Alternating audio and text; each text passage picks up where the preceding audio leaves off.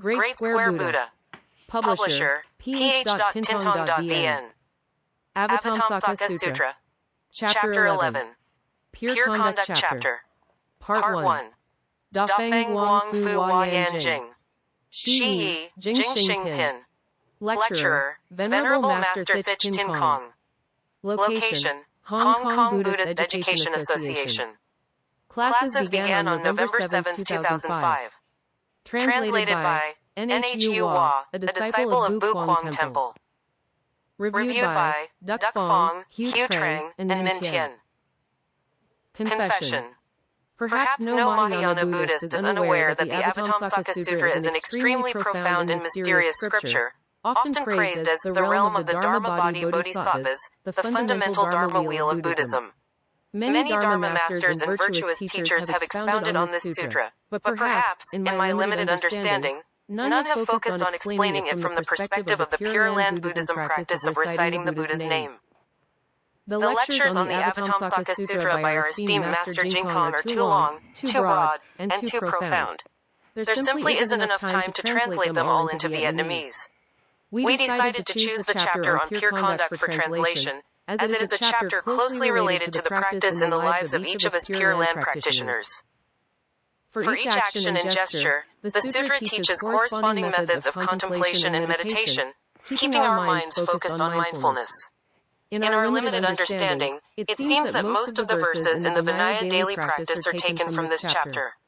The 3 verses of the 3 refuges in the daily recitation are also taken from this chapter. Perhaps after the chapter on the vows of Samantabhadra, the chapter on pure conduct is of great benefit to practitioners of Pure Land Buddhism because it helps us to always cultivate pure thoughts in every ordinary action in life. I humbly believe that the chapter on pure conduct provides specific guidance on how to apply the vows of Samantabhadra in daily life, at least in fulfilling the first 5 vows.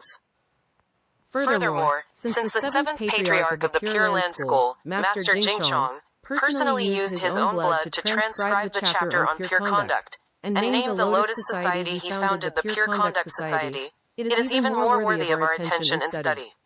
The Venerable Master Jingkong lectured on this chapter from volume 1463 to volume 1576.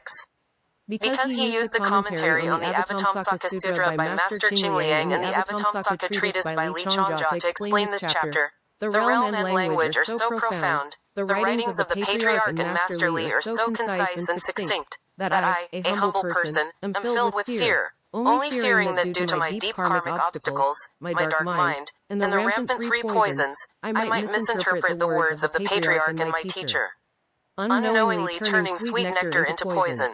But because of my greed for the Dharma, I risk translating it anyway. I humbly pray for the compassionate protection of the 3 jewels, so that I may not create great karmic obstacles that harm myself and others, sins beyond measure.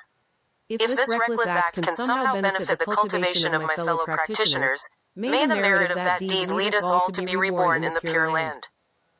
The disciple of Buu Quang Temple, Nhu Hoa, bowed his head and clasped his hands in respectful address.